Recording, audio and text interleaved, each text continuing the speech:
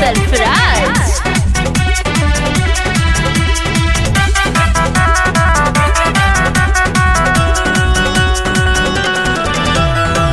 रोहतास में पलान कैलू से बलिया बनारस गोरी कैलू निकले।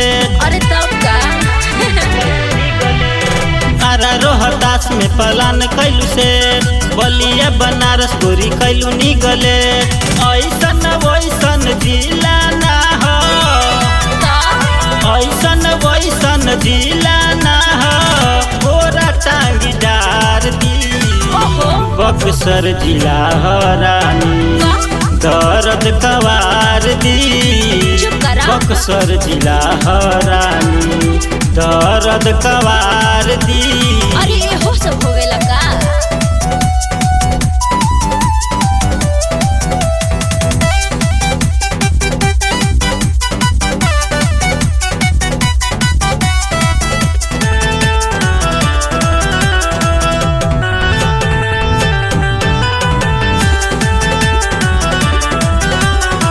पेन्हलू ड्रेस ऐसन झलके बदन हो, लइकन पुरानियन के डोलावेलू मन हो।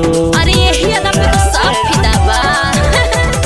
पेन्हलू ड्रेस ऐसन झलके बदन हो, लइकन पुरानियन के डोलावेलू मन हो। चढ़ली जवानिया के पानी तजार दी। बक्सर जिला हरानी दर्द कवार दी। बक्सर जिला हरानी दर्द कवार दी। बक्सर जिला हरानी। अरे ढेर देखनी।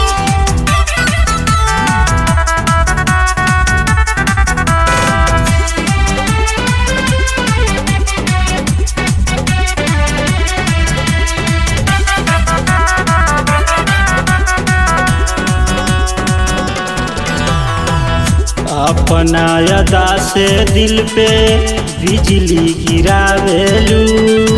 हिरनी सचाल चली धड़कन बढ़ावेलू।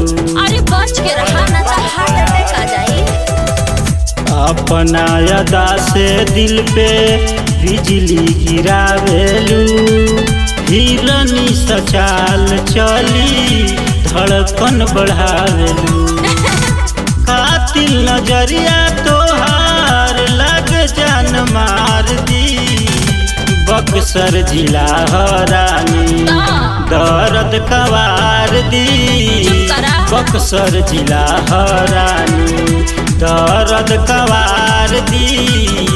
बक्सर जिला हरानी। ढेर जिला देखनी।